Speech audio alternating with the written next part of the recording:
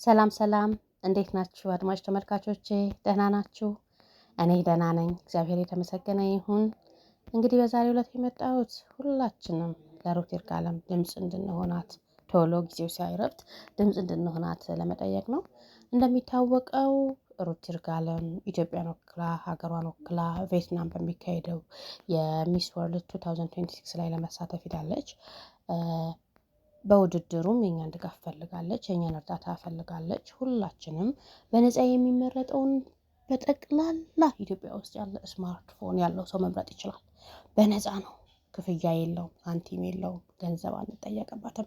ጀስት በቃ ስልካችንን መጠቀምና መምረጥ ነው የሚጠበቅብን። ስለዚህ ለሀገራችን ስለሆነ የምትወዳደረው ለሀገሯ ለህዝቧ ለባንዲራዋ ለታሪካችን ስለሆነ የምትወዳደረው ሁላችንም ድምጽ እንድንሆናትና ሀገራችንን በአለም መድረክ ላይ ከፍ በማድረግ ሂደት ውስጥ ሁላችንም የራሳችንን ድርሻ እንድንወጣ እጠይቃለሁ። ምንም የሚያስከፍለን ነገር የለም። የሚያስከፍል ነገር ቢኖር እንኳን ተከፍሎ ይደረጋል ምክንያቱም የሀገር ጉዳይ ነውና። ሰው ለሀገሩ ያልከፈለ ለሀገሩ ያላወጣ ለሀገሩ ማድረግ ያለበትን ነገር ያላደረገ ለማንም አያደርግም። ሰው ለሀገሩ እስከ ሞት ድረስ ይደርሳል። ወታደሩ ነው ሀገሩን ፕሮቴክት ለማድረግ ስንቱን የተሰዋው የሀገር ዳር ድንበርን ለማስጠበቅ ስንቱ ወጣት ስንቱ ነው የተገበረው።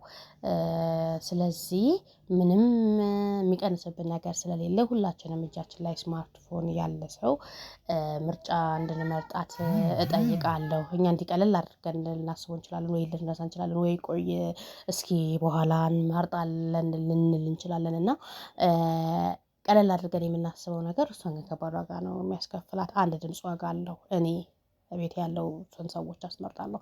እናንተም አድማጭ ተመልካቾቼ አንቺ እያዳመጥሽ ያለህ አንተ እያዳመጥክ ያለህ በዙሪያ ያለው ቤተሰብህን ወንድምህን እህትህን ጓደኛህን ቢሮ አብረህ የምትሰራውን ባለቤትህን በጣም ትላልቅ ሰዎች ካላችሁ ብታዳምጡኝ ስማርትፎን ስማርትፎን የሚይዙ ልጆች ያሏችሁ ልጆቻችሁን በዙሪያችን ያሉ ሰዎችን በጠቅላላ እንቀስቅስ።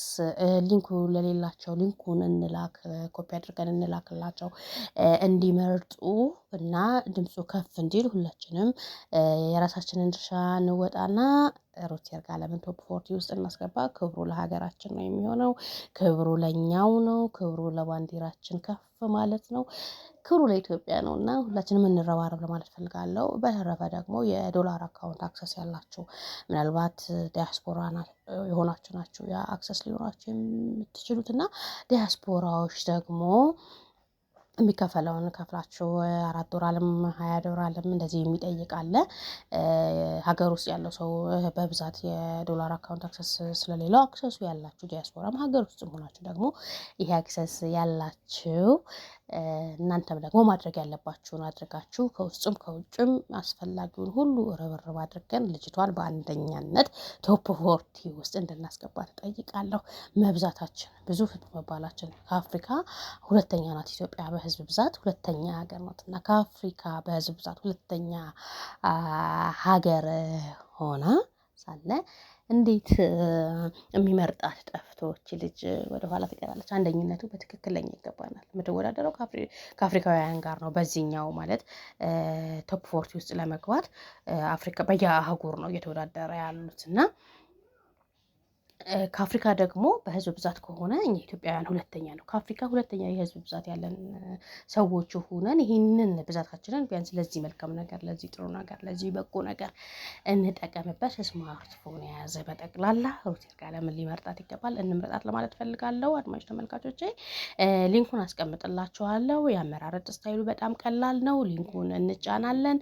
ሊንኩን ስንጫን ሚስ ወርልድ 2026 የሚለው ይመጣልናል። ሚስ ወርልድ 2026 የሚለውን ስንጫን ይሄ የአፍሪካ የሚለው ይመጣል። የአፍሪካውን ስንነካው ይመጣሉ። አንደኛ ላይ ያለችው ሁለተኛ ላይ ያለችው ሶስተኛ ላይ ያለችው ሊስት ይመጣል። ስለዚህ እኛ ሩት ይርጋለም የሚለውን ቮት እናደርጋለን። ሩት ይርጋለም የሚለውን ቮት ስናደርግ ዳውንሎድ አፕ የሚል ይመጣል። ዳውንሎድ እናደርጋለን። ከዛ በኋላ ፍሪ ቮት ይልና